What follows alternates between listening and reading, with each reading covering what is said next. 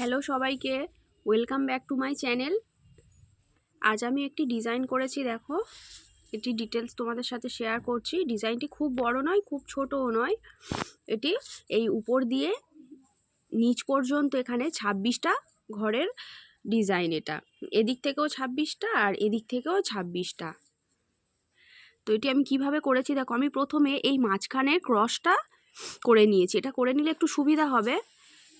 দেখো, প্রথমে একটা ক্রস করেছি, এক ঘর বাদ দিয়ে আবার একটা ক্রস করেছি, তারপরে এর কোণা দিয়ে দুটো ক্রস করেছি, তারপর তিনটে, তারপর এই দ্বিতীয় ক্রসের এই লাইনের পাশ দিয়ে এক ঘর বাদ দিয়ে একটা করেছি, তার উপরে একটা, আবার দুটো, তারপর চারটে।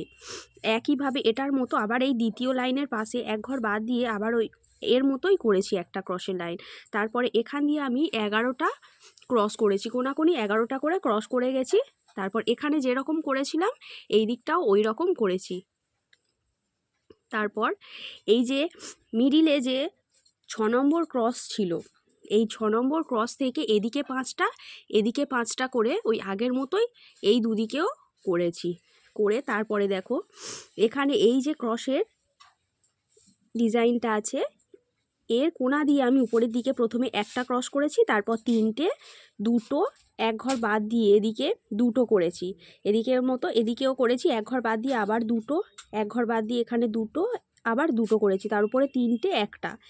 এই যে স্কোয়ারটা করেছি এদিকের মতো, এই দিকগুলোতেও ওই একইভাবে করেছি।